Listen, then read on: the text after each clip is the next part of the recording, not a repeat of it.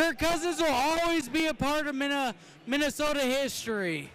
He will always be a part of Minnesota history. Thank you, Kirk. Well, thank you, Kirk. Yeah, let's bring in our Vikings insider, Cody Benjamin. Cody, hey, good to see you again. Happy Monday. What are your thoughts on that pushback that Kirk Cousins was seeing from some Vikings fans? Yeah, I mean, it's obviously, yeah, you have the Minnesota nice reputation out here, but I think it's hard when you're in the stadium. I mean, there's a little bit of a different atmosphere in the stadium versus fans at home. I think that a lot of Vikings fans are split. Some appreciated Kirk Cousins for what he offered to Minnesota. Others, they just saw the big money contract that he got and the expectations that brought. And so whenever you're welcoming a team into your own stadium, you're not going to be cheering for them. And so I think it's just a natural response from people in the stadium. It's a little more of a Coliseum effect when you're actually at the game. So not surprising that he wasn't welcomed with applause. With that big money contract, there was only one playoff win during the Kirk Cousins era with the Vikings. So you can understand. And the Vikings, look at them. I mean, Sam Darnold, on the day that Kirk Cousins came back, his homecoming, your current quarterback throwing 5 touchdowns. I mean, completely stealing the show. And yeah, I mean, this is probably the most encouraging win the Vikings have had maybe all season. And it's been, 11 wins. To get this one, it was a real step forward. Yeah, and the Vikings were with Cousins for 6 years, so seeing this video that I'm about to play here, you can see Cousins giving some hugs to his Vikings former teammates. What do you think that is like for teammates to kind of welcome their former teammates back onto the field or even play against them? Yeah, I mean, there's relationships that were built there. That's more than a half decade that, some guys spent with Kirk Cousins and the organization. Maybe not all players, but, coaching, staff members, trainers. So, yeah, it's a real relationship. But the guys also understand this is a business. Kirk Cousins, I guess whatever you think of him as a quarterback, he has succeeded as a businessman in the NFL. And he continued to do that this offseason, cashing in with the Falcons.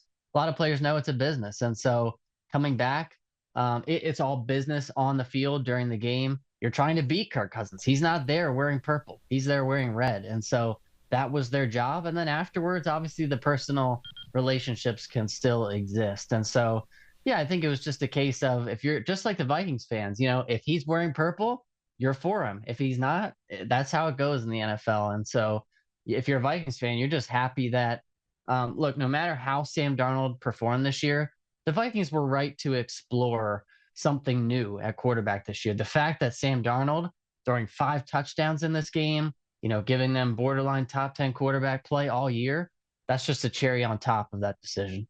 I mean, truly. And would you say that was the most impressive thing about the Vikings' big win yesterday? Or what are your thoughts on what was looking the most impressive? Yeah, I mean, once again, they won the turnover battle. With Brian Flores' defense, it's a bend but don't break defense. And again, getting those 2 interceptions off Kirk Cousins, that was huge. But yeah, I mean, the offensive performance under Kevin O'Connell, 5 touchdowns from Sam Darnold. The Falcons actually outgained the Vikings in this game in terms of yardage, but the Vikings had far more splash plays. I mean, they were able to push that ball down the field. And so between Sam Darnold keeping his eyes downfield, not being fazed by the pressure, because he did face some heat early on, still kept his eyes downfield. That's what's most impressive. I mean, some quarterbacks, when they face the pressure, they're flushed out of the pocket. Their eyes, I mean, they're all over the place. He keeps his downfield, and rightfully so, because he's got Justin Jefferson, Jordan Addison. I mean, them combining for 5 touchdown catches together, it proved, just like Addison said after the game, they're one of the best receiving duos in the NFL. And Sam Darnold's throwing it with confidence. So, yeah, I would say the biggest reason, the biggest promising thing from that big win was the fact that this offense actually looks capable of, obviously they cleared 40 points. They look like they could contend with some of the best teams in the NFC. So, Cody, how does this victory stack up to the team's previous 6 during their win streak? Yeah, I mean, easily the most impressive. We saw them scrape by a bunch of, what I would call inferior opponents. So you're talking about the Colts, the Jaguars, the Titans, the Cardinals. Those are all middling teams. And The Falcons are part of that too. They came in 6-6. So they're not coming in as a juggernaut. But this was a complete win. I mean, even though the Falcons were in the game, again, they outgained the Vikings. At one point, it was 21-21. But still, you never felt that the Vikings were going to necessarily let this slip. And by the end, they really put it away. I mean, it was surprising almost that Kirk Cousins was still in the game at the end because the game was out of reach. And so compared to the previous 6, easily the most well-rounded win. Well, what's next? I mean, what are realistic expectations now?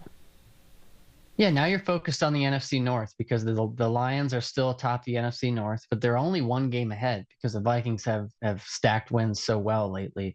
You've got the Bears coming up on Monday night.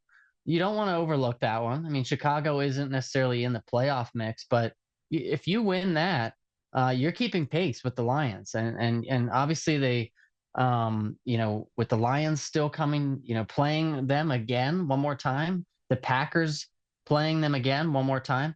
Those are going to be pivotal matchups, no matter what. I mean, the Vikings are going to be in the playoffs. It's just a matter of can they possibly steal the number 1 seed? Can they steal the NFC North? Can they have home field advantage going into the playoffs? Exactly. On Monday, here at home against the Bears. That should be interesting. Cody, anything else you wanna add? I would just say if, again, this is a kind of a big if because the Falcons are not necessarily the Lions, but if you get this version of the Vikings, I mean, you are talking about a team that can win playoff games. I mean, all year we've talked about they've exceeded expectations, but you don't want to get your hopes up by putting them with the Lions or the Chiefs in terms of a team that's just inevitable in terms of contending for a Super Bowl.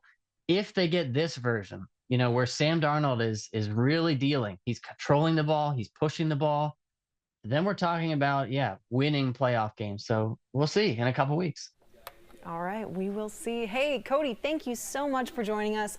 We will see you next Monday before the big game against the Bears.